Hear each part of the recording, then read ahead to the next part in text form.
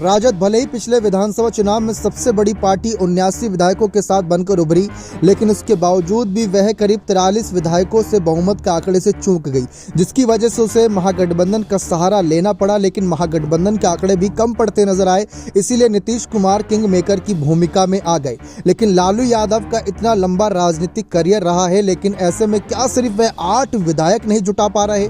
जी हाँ, सवाल बहुत बड़ा है, क्योंकि राजद, कांग्रेस, सीपीआईएम सब मिलाकर, अभी देखा जाए सीपीआईएमएल की बात कर ले, सब मिलाकर कहीं ना कहीं 114 के आसपास का आंकड़ा बैठता नजर आ रहा है। अगर इसमें एक आधा निर्दलीय विधायक और एआईएम ओवैसी की पार्टी भी साथ देती है तो करीब करीब 115 के करीब आंकड़ा बैठ जाता है। यानी कि अभी भी लालू यादव को 7 से 8 विधायकों की आवश्यकता पड़ेगी, वो भी सिर्फ बहुमत का आंकड़ा छूने के लिए, और इसको पुख्ता करने के लिए कम से कम 12-15 विधायकों की आवश्यकता पड़ेगी।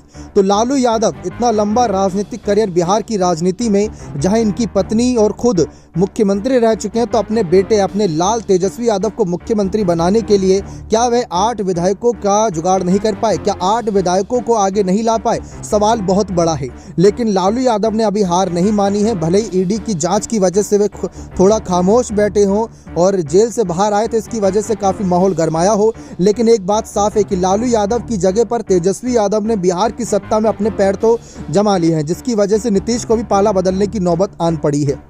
लेकिन सवाल यह है कि इन फ्यूचर लालू को 8 विधायकों का समर्थन कहां से मिलेगा, जो तेजस्वी को मुख्यमंत्री बनाने के लिए या फिर से महागठबंधन की सरकार को सत्ता में लाने के लिए समर्थन करेंगे। जैसा कि आप जानते हैं, लोकसभा चुनाव नजदीक आ रहे हैं। लोकसभा चुनाव के कहीं ना कहीं अंतर्गत नीतीश कुमार अब एनडीए में गए हैं, और एनडीए में कई दल ऐसे हैं जो अब भी नाराज हैं, जिसमें चिराग पासवान की बात कर ले, उपेंद्र कुशवाहा की बात कर ले। भले ही मान जी को क्या कुछ ना बोला हो गया हो, लेकिन उनकी नाराजगी अभी फिलहाल तो नजर नहीं आ रही है। तो इन्हीं सब हालात को देखते हुए कहीं ना कहीं कोशिश ये रहेगी कि जदयू को नेताओं को तोड़ा जाए, जीतन राम मांझी के 4 विधायकों को अपने साथ लाया जाए, और इसी के साथ साथ बीजेपी से भी कुछ नेताओं की कोशिश रहेगी। जो नेता नाराज होंगे, जिनको सांसदीय चुनाव में आगे जाना होगा, लालू उन्हें मौका दे सकते हैं। तो अभी भी मौका है बिहार की सत्ता में खेल करने के लिए।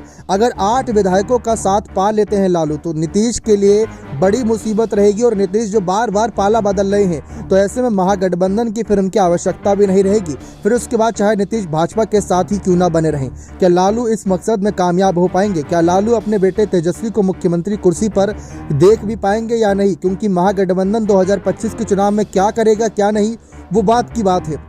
लेकिन उससे पहले कैसे तेजस्वी को सत्ता तक पहुंचाया जाए, ये सबसे बड़ा सवाल है। और इससे पहले आपको बता दें कि लालू खुद कह चुके हैं कि तेजस्वी यादव को जनता चाहती है कि वह मुख्यमंत्री बने, लेकिन नीतीश के फैसले की वजह से वह मुख्यमंत्री नहीं बन पाए। अब नीतीश से बदला लेना तो लालू का हक बनता ही है। बने रहे चैनल के साथ, बहुत बहुत धन्यवाद।